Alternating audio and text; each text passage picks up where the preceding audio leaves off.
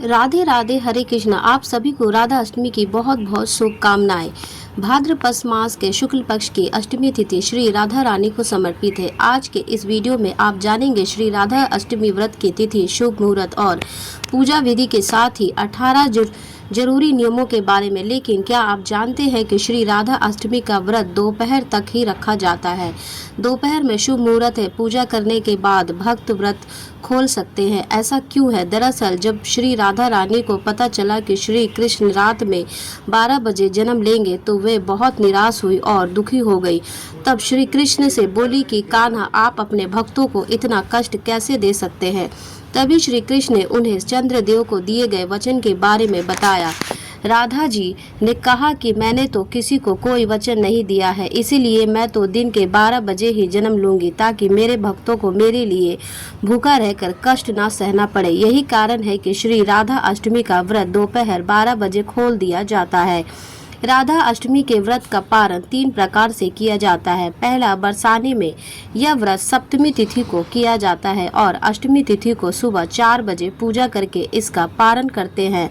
और अधिकतर लोग इस व्रत को अष्टमी तिथि को सुबह से प्रारंभ करते हैं और उसी दिन दोपहर में 12 बजे पूजा करने के बाद व्रत खोल लेते हैं, यानी कि व्रत का पारण कर लेते हैं। और कई लोग शास्त्रों के अनुसार जो लोग इस बात से सहमत नहीं है कि दोपहर तक ये व्रत रखना चाहिए, उन्हें अष्टमी तिथि के दिन पूरा दिन व्रत का पालन करना चाहिए और फिर नवमी तिथि को सुबह व्रत का पारण करना चाहिए, यानी कि व्रत खोलना चाहिए। इस व्रत में आप फलाहार यानी कि फल और दूध ग्रहण कर सकते हैं। जो भक्त किसी कारण से उपवास रखने में समर्थ नहीं है, उन्हें भी इस दिन दोपहर में शुभ मुहूर्त में राधा रानी का और श्री कृष्ण का पूजन करके तामसिक चीज़ों का सेवन नहीं करना चाहिए, केवल सात्विक चीज़ों का ही सेवन करना चाहिए। ऐसा करने से भी राधा रानी की कृपा प्राप्त होती है। इस बार श्री राधा अष्टमी का व्रत 31 अगस्त दिन रविवार को रहेगा।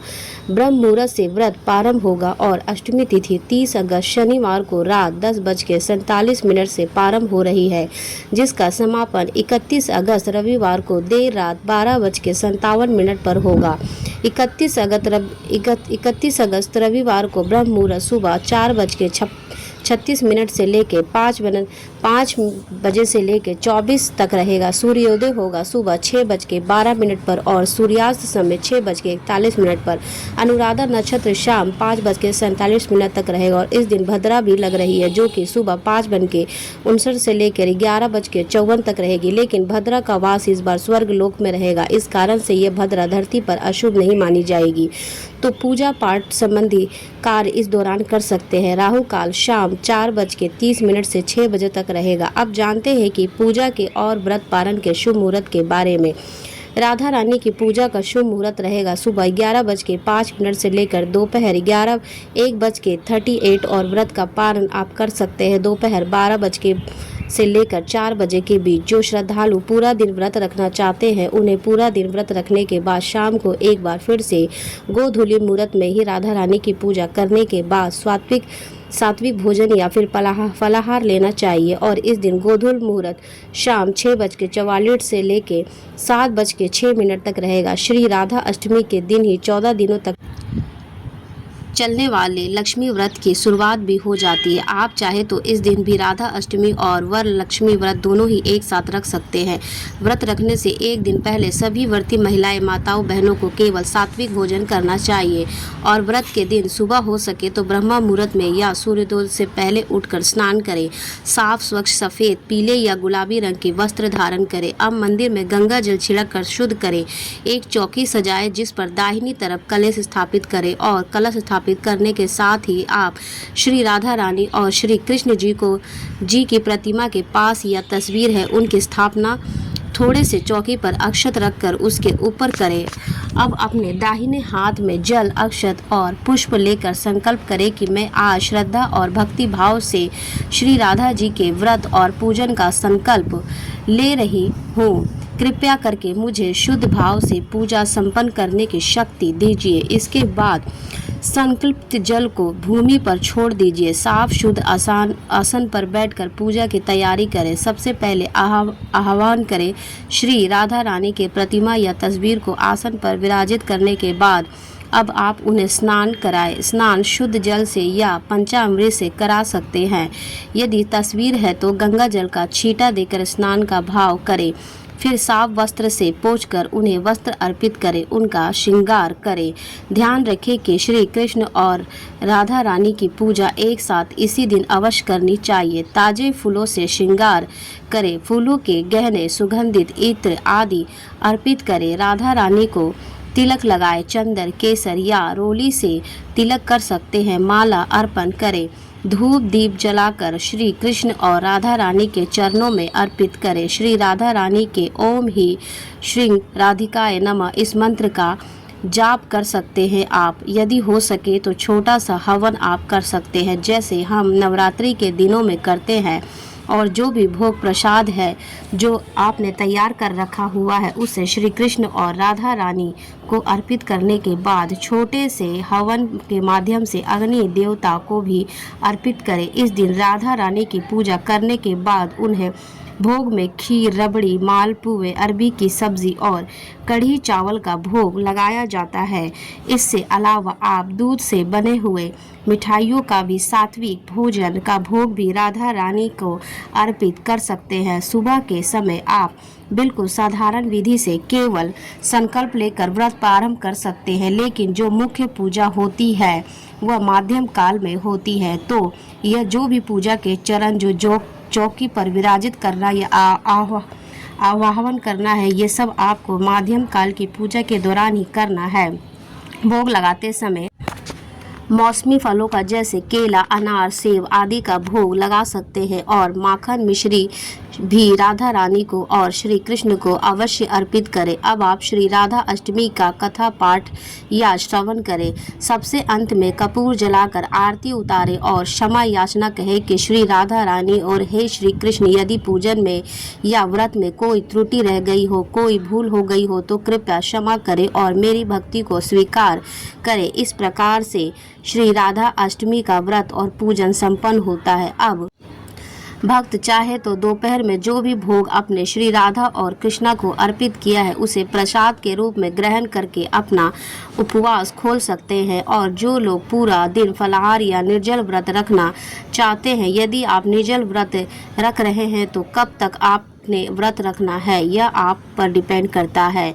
फलाहार यदि आप ग्रहण कर रहे हैं तो शाम की पूजा करने के बाद आप फलाहार ले सकते हैं। व्रत का पारण हमेशा भगवान को अर्पित किए गए भोग से ही करना चाहिए। अगले दिन जो लोग व्रत खोलेंगे उन्हें एक बार फिर से सुबह को पूजा करके भोग लगाने के बाद ही व्रत खोलना चाहिए। बिना दान दिए कोई भी व्रत अधूरा रहता है, इसीलिए इसी दिन पीले वस्त्रों का दान किसी सुहागिन या किसी कन्या को देना चाहिए। कन्या पूजन भी इस्तेमाल कर सकती है।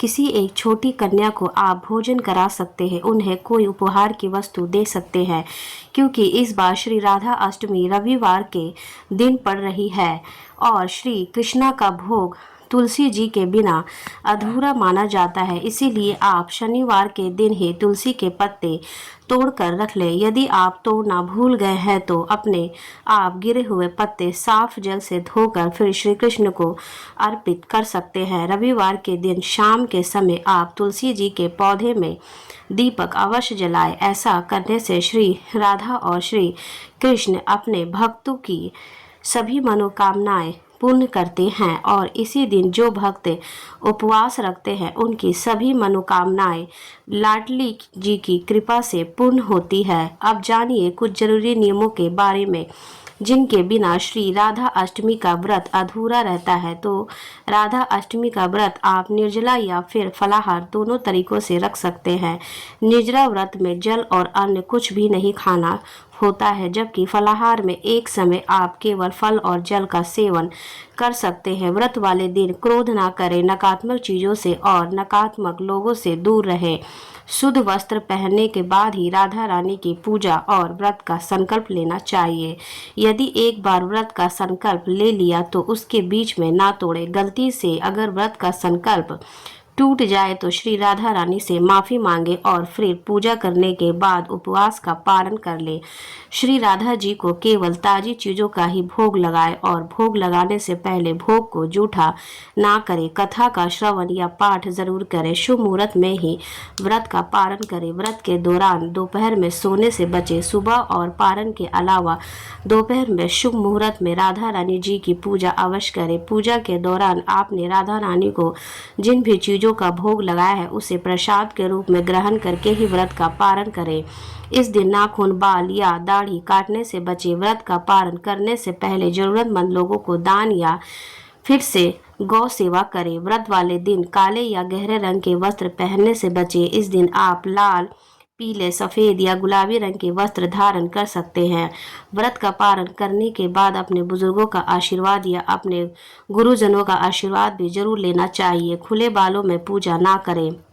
राधा रानी की पूजा के दौरान महिलाएं या कन्याएं बाल बांधकर और चुनरी से सिर ढककर पूजा करें, जबकि पुरुष रुमाल से सिर को ढककर। इस दिन महिलाओं या कन्याओं को बाल धोने से बचना चाहिए। अष्टमी तिथि प्रारंभ होने से पहले आप बाल धो सकते हैं और किसी विशेष मनोकामनाओं की पूर्ति के लिए अपने आसपास श्री राधा रानी के मंदिर में 8 बत्तियों वाला घी का दीपक जलाएं। ऐसा करने से आपकी मनोकामनाएं पूर्ण होगी और श्री राधा जी आपका व्रत भी स्वीकार करेंगी। यह थी आज की वीडियो। उम्मीद है आपको पसंद आई होगी। फिर हम मिलेंगे नेक्स्ट वीडियो में ऐसे ही जानकारी पूर्ण वीडियो के साथ। वीडियो देखने के लिए आपका बहुत बहुत धन्यवाद और शुक्रिया।